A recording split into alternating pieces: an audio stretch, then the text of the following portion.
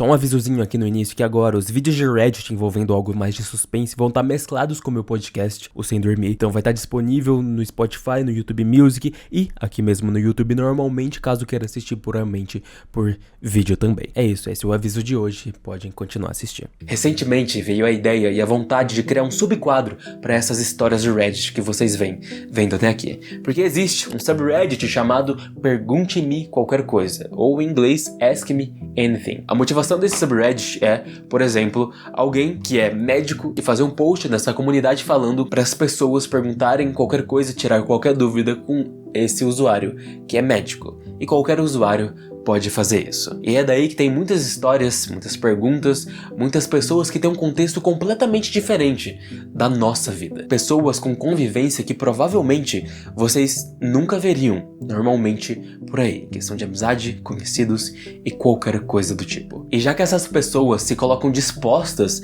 a responderem qualquer tipo de pergunta, num grande geral, então as pessoas do Reddit aproveitam para fazer perguntas que elas nunca fariam na vida real em relação à história dessas pessoas, para não ser um completo insensível babaca. E é mais ou menos esse o contexto do post de hoje, do primeiro episódio dessa série, que talvez eu chame de PQC, qualquer coisa do tipo, inclusive me recomendem nomes de quadros. O nome de usuário que fez o post que eu vou falar hoje se chama DesignerEd3014. A história desse cara é completamente diferente, que espero de todo mundo aqui, é que o pai dele foi um serial killer. E eu digo que foi porque o pai dele morreu antes de ele fazer esse Pergunte Qualquer Coisa. Para dar um pouco mais de detalhe, ele começa o post falando as seguintes coisas. Eu não vou revelar a identidade dele, nem a minha, é claro, por segurança e por respeito às famílias das vítimas. Não era nível Dahmer ou Bundy, mas matou pelo menos 9 pessoas e cometeu muitos outros crimes horríveis.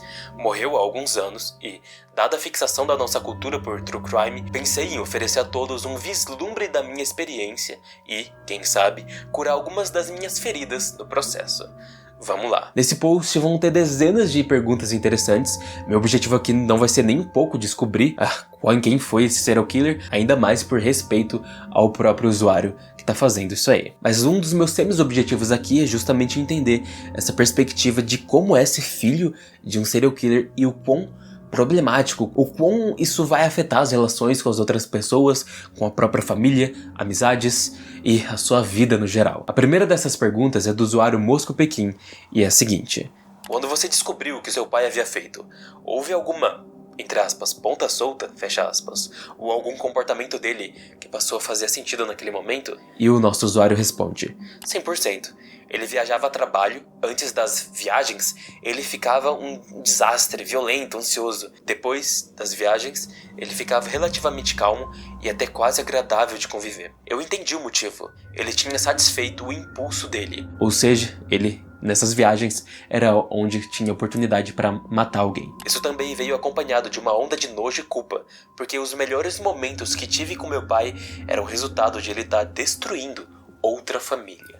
Em algumas outras respostas vocês vão ter um contexto melhor, mas só pra explicar, o OP, o próprio usuário aqui, ele vai dizer que o pai dele sempre foi muito agressivo, muito tóxico com ele e a mãe dele, dentro da casa ali de convivência deles. Então imagina que, anos depois, você descobre que os melhores momentos que você tinha com o seu pai, na verdade, eram causados porque ele tinha ficado muito tranquilo com o hobby psicopata dele. A segunda pergunta vem do usuário CertainPhysics236 e é a seguinte: como que ele foi pego? E o usuário responde: uma abordagem de trânsito e o mau humor dele levaram a polícia a revistar o seu carro. Durante o processo de revista, encontraram algumas evidências que o ligavam a um assassinato do qual ele tinha esquecido de se livrar. Essa foi uma das perguntas selecionadas só pra saciar alguma curiosidade que vocês possam ter de como o cara foi pego. Mas então a gente pode ir direto pra terceira pergunta também, que vem do usuário Paul Everywhere, com o seguinte questionamento: ele tinha algum cúmplice? Ele matava mulheres ou homens? Obrigado por compartilhar. Fico feliz que você esteja bem. E o nosso usuário responde: homens que se encaixavam em um certo tipo físico. Tenho uma teoria sobre isso, mas vou guardar pra mim, desculpe. Ele cometeu crimes menores com alguns caras que conhecia, mas não, os assassinatos ele cometia sozinho. Mais uma vez, por causa de outras respostas a outros comentários, algumas pessoas chegaram a algumas conclusões, inclusive para essa teoria que ele não quis mencionar nesse momento. É com base nisso que um outro usuário fala: você mencionou que ele foi abusado. A sua teoria é que ele procurava pessoas que se pareciam com o agressor dele? E o nosso usuário responde: basicamente sim. Houve uma pessoa em particular que fez algo indescritível com ele, e esse indivíduo depois morreu em um acidente de carro. Acredito que as vítimas dele eram substitutos desse indivíduo. Eu sou uma pessoa que não acompanha muito o True Crime, na verdade quase nada, então eu não sei o quão comum é isso. Você colocar a sua vingança de algo que fizeram contra você com base de escolher a aparência de certas pessoas. O que eu sei é que normalmente existe, ou pelo menos em muitos casos, existem um modus operandi ou algumas pessoas em específicas que esses serial killers focavam. Tipo no caso do Jack the Ripper, que eram sempre mulheres e tinha algum contexto em específico acontecendo com elas. Enfim, vamos para outra pergunta. Dessa vez do No Advertising. E ele questiona o seguinte: como sua família menos próxima lida com essa história tão sombria? E o usuário responde: eles basicamente cortaram todos os laços conosco. Eles já não eram muito fãs dele antes da grande revelação. Eu realmente não os culpo.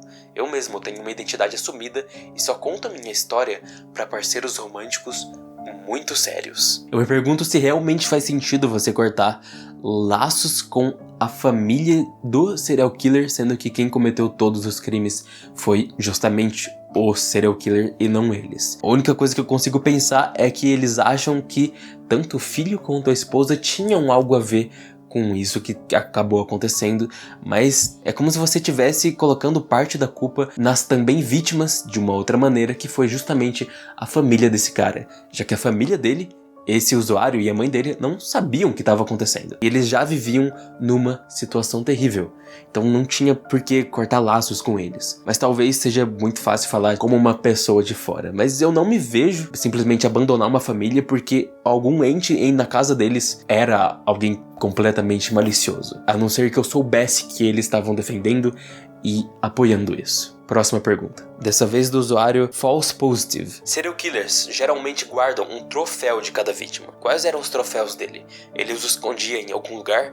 Alguém já encontrou algum antes de ele ser preso? E o nosso usuário responde: eu não vou divulgar exatamente o que eram, mas sim, ele guardava lembranças. Eu as encontrei uma vez enquanto procurava uma ferramenta para consertar minha bicicleta. Não pensei muito na hora, porque ele já era esquisito pra caramba mesmo, mas tudo fez sentido depois da revelação. Essa resposta é muito parecida com a resposta e a primeira pergunta que eu mostrei aqui, falando se o usuário pensou em alguma ponta solta, alguma coisa que ele fez sentido na cabeça dele depois que foi revelado que o pai dele era um serial killer. Então imagina você ficar revisitando vários e vários momentos que você teve com seu pai. Imagina você ficar revisitando todos os momentos que você teve a sua vida inteira, porque em outra pergunta ele responde que o pai dele cometeu esses assassinatos até mesmo antes dele nascer e que ele ter nascido já foi um acidente, de acordo com as palavras do próprio pai. E imagina você ficar revisitando sua vida inteira e fazendo as peças se encaixarem do porquê aquilo acontecia, do porquê que ele era estranho, do porquê que ele era estressado, do porquê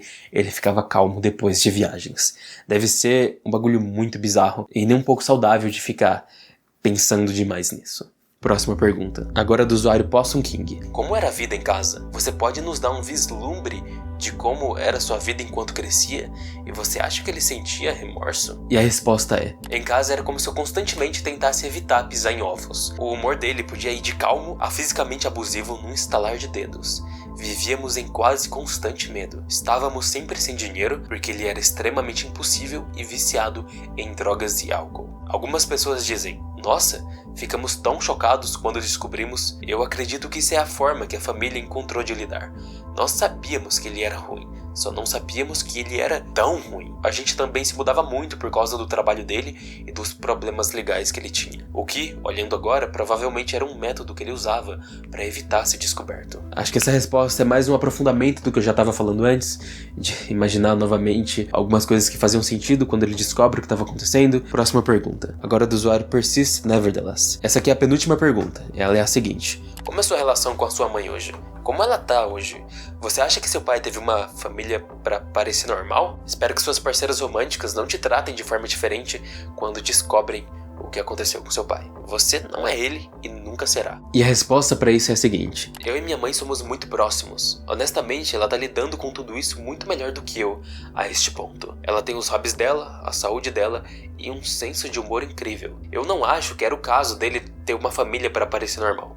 Eu fui um acidente. Ele deixou muito claro que nunca me quis e que eu era um fardo. E alguns parceiros já me trataram diferente e eu não as culpo. Aí ele diz que o último relacionamento dele, ele ainda ama a garota, mas não conseguiu continuar com ela depois que ele contou o que o pai dele era. Ele não fala que é por causa da mina e ele fala que é por causa dele, como se ele não conseguisse mais olhar nos olhos dela.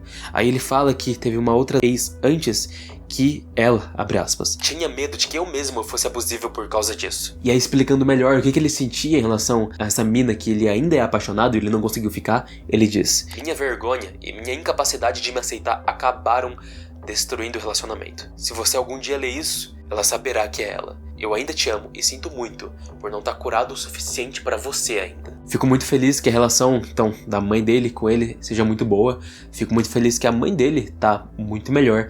Mas claramente o usuário aqui tem problemas em relação a isso, até com ele mesmo, em relação ao relacionamento dele com outra mina, sendo que nem a mina era que tava julgando ele. Bastante triste pro usuário ter que conviver com isso e ter convivido com tudo isso, na verdade. E a gente pode ir pra última pergunta, dessa vez do Big Yonsan, e começa da seguinte maneira. Cara, eu tô vendo as perguntas aqui e você tá mandando muito bem nas respostas. Obrigado por fazer isso. Tenho algumas perguntas puramente especulativas, se você não se importar. Você acha que ter uma família impediu seu pai de matar em alguns momentos? 2. Como você acha que ele se sentia em relação a você? Eu realmente me pergunto se a falta de empatia é total ou apenas muito reduzidas em assassinos nos quais eu já li. Você mencionou sentimentos de culpa por saber que algumas das suas melhores lembranças com ele provavelmente eram resultado de ele ter satisfeito um impulso e tá mais relaxado. Você acha que ele também olhava pra essas memórias com carinho ou era tudo uma encenação? E aí o nosso usuário responde: sim, eu acredito que ter uma família impediu ele de matar em alguns casos. E eu acredito que ele guardava ressentimento justamente por esse motivo. Em certos momentos, ter uma família definitivamente o restringiu e impediu alguns crimes. E pelo que eu vi perto do fim, honestamente acho que ele só olhava pra trás com carinho para a destruição que causou. Eu gostaria de pensar que ele lembrava de mim e da minha mãe com carinho, mas isso provavelmente é só desejo meu. Essas são todas as perguntas e respostas que a gente vai ter aqui de como foi ter sido filho de um serial killer. E como isso pode ter afetado tanto a vida desse usuário e deve afetar até hoje. Porque pelo que eu entendi, em outras respostas também, ele diz que o pai dele foi descoberto enquanto ele estava no ensino médio. E aparentemente ele já tá com 30 anos de idade. E se ele já tá com 30 anos de idade, mas mesmo assim, a última mina que ele ainda tá apaixonado, ele ainda se sente culpado de ter falado pra ela o que o pai dele na verdade era, e é como se ele se sentisse esquisito e coisas do tipo, a gente pode ver, ainda que de maneira rasa, por esse post, o quão isso afetou o usuário e deve afetar até hoje. Já deve ser traumatizante pra vida toda ter familiar tóxico, família tóxica, abusiva e todas as coisas que a gente pode pensar. E imagina descobrir que seu pai foi um serial killer. Espero que tenham gostado do vídeo. Normalmente vídeos de serial killer são focados no serial killer em si pra falar dele. Eu não acho que eu gosto tanto disso, prefiro ter muito mais uma visão das pessoas, do resultado das pessoas em volta. Mas enfim, espero que tenham uma boa noite de sono e até a próxima. Tchau.